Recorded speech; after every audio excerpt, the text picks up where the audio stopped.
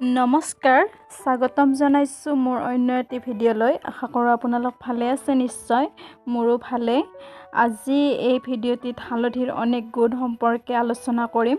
গতিকে বন্ধুসকল ভিডিঅ'টি শেষলৈকে চাব আৰু শেষত জনাবলৈ নাপাহৰিব যে আপোনালোকৰ কেনে লাগিল। গতিকে বন্ধুসকল জানো আহক হালধিৰনো এনে কি গুণ আছে যিয়ে আমাৰ মানৱ শৰীৰটো সকলো ফালৰ পৰাই সুস্থ সবল আৰু ধুনীয়া কৰি ৰাখে। গতিকে বন্ধুসকল ভিডিঅ'টি শেষলৈকে চাব আৰু শেষত জনাবলৈ নাপাহৰিব যে আপোনালোকৰ কেনে লাগিল। যদি ভাল লাগে তেনেহ'লে প্লিজ লাইক কৰিব, কমেণ্ট কৰিব, শ্বেয়াৰ কৰিব আৰু যদি মোৰ চেনেলত নতুন হয় তেনেহ'লে প্লিজ মোৰ চেনেলটো ছাবস্ক্ৰাইব কৰি দিব আৰু ছাবস্ক্ৰাইব বাটনটো ক্লিক কৰি যিটো অল বাটন থাকে সেই বাটনটো প্লে কৰি দিব। তেতিয়াহে মোৰ ভিডিঅ'সমূহৰ ন'টিফিকেশ্যন আপোনালোকে পোনপ্ৰথমতে পাই যাব। গতিকে আহক এতিয়া ভিডিঅ'টিৰ মূল কথালৈ যাওঁ। যেতিয়া আমি মচকা খাওঁ তেতিয়া 1 চামুচ হালধি আৰু 1 চামুচ চূণ আৰু তাৰ লগত 1 চামুচ নিমখ মিহলাই সেই মিশ্ৰণটো গৰম কৰি ঠাণ্ডা হোৱাৰ পিছত সেই মচকা খোৱা ঠাইত যদি আমি প্ৰলেপ দিওঁ তেতিয়াহ'লে সেই মচকা খোৱা ঠাইখিনিৰ লগতে সেই ফুলা ঠাইখিনিও আমাৰ ভাল হৈ যায়। এনেদৰে আপোনালোকে 3 দিন কৰিলে ভাল হৈ যাব।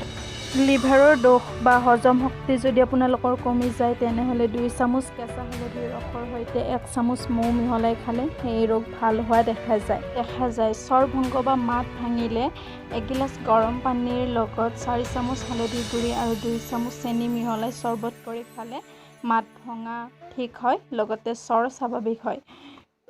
কৃমি ৰোগ হ'লে কেঁচা হালধিৰ ৰসত সামান্য নিমখ মিহলাই ৰাতিপুৱা খালী পেটত 7 দিন এনেদৰে খালে কৃমি ৰোগ নাশ হয়।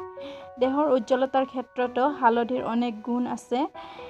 তেল হালধি গাত ঘঁহি স্নান কৰিলে দেহৰ উজ্জ্বলতা বৃদ্ধি হয়, মুখৰ লাৱণ্য বৃদ্ধি হয়। কেঁচা হালধিৰ সৈতে মচুৰ দাইল বটি গাখীৰৰ সৈতে মিহলাই তাত অকণমান মৌ লৈ মুখত সানিলে মুখৰ লাৱণ্য ঘূৰি আহে আৰু মুখত যিসমূহ দাগ থাকে সেই দাগসমূহ এমাহৰ ভিতৰত নাইকিয়া হোৱা দেখা যায়। যদি আপোনালোকৰ এলাৰ্জি আছে তেনেহ'লে নিমপাত, কেঁচা হালধি আৰু শুকান আমলখি একেলগে বটি তাৰ ৰস প্ৰতিদিনে ৰাতিপুৱা এচামুচকৈ এমাহ খালে সেই এলাৰ্জি নাইকিয়া হোৱা দেখা যায়। হালধিয়ে খাদ্যৰ ৰং আৰু সোৱাদ বৃদ্ধি কৰে। হালধি কেৱল ৰন্ধন প্ৰণালীতে ক্ষান্ত নাথাকে, ই আমাৰ মানৱ শৰীৰৰ দৈনন্দিন জীৱনত দেখা দিয়া সমস্যাসমূহৰ পৰাও আমাক মুক্ত কৰি ৰাখে। গতিকে বন্ধুসকল আপোনালোকে প্ৰতিদিনে হালধি ব্যৱহাৰ কৰিব আৰু সৰু সুৰা সমস্যাসমূহৰ পৰা আপোনালোকে মুক্ত হৈ থাকিব। এতিয়া আকৌ জানো আহক হালধিৰ মহান গুণসমূহ।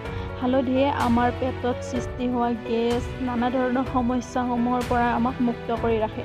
পেটত যেতিয়া পেলুৰ সৃষ্টি হয় তেতিয়া হালধিৰ ৰস এমাহ খালে সেই পেলু নাইকিয়া হয়। উচ্চ ৰক্তচাপ আৰু গলব্লাডাৰ হ'লে হালধিৰ ৰস প্ৰতিদিনে 2 বাৰকৈ এমাহ খালে সেই ৰোগৰ পৰা আমি উপশম পাব পাৰোঁ।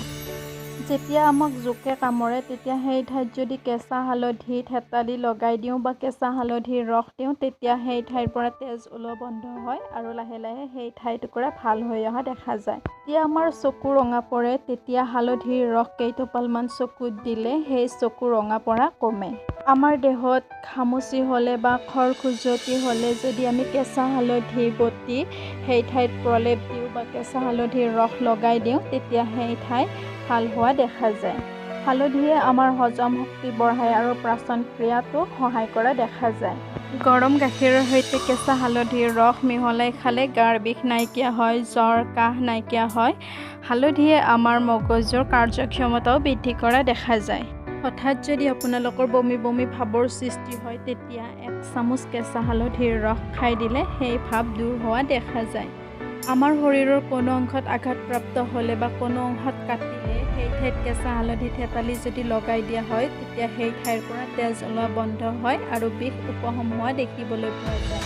যদি আপোনালোকৰ দেহৰ কোনো অংশত চৰ্মৰোগে দেখা দিছে তেনেহ'লে আপোনালোকে অকণো পলম নকৰি এটুকুৰা কেঁচা হালধি থেতেলিয়াই সেই চৰ্মৰোগ হোৱা ঠাইত লগাই দিয়ক, নতুবা সেই ঠাইত কেঁচা হালধিৰ ৰস লগাই দিয়ক। কিছুদিন পিছত দেখিব লাহে লাহে সেই ৰোগৰ পৰা আপোনালোকে উপশম পাইছে।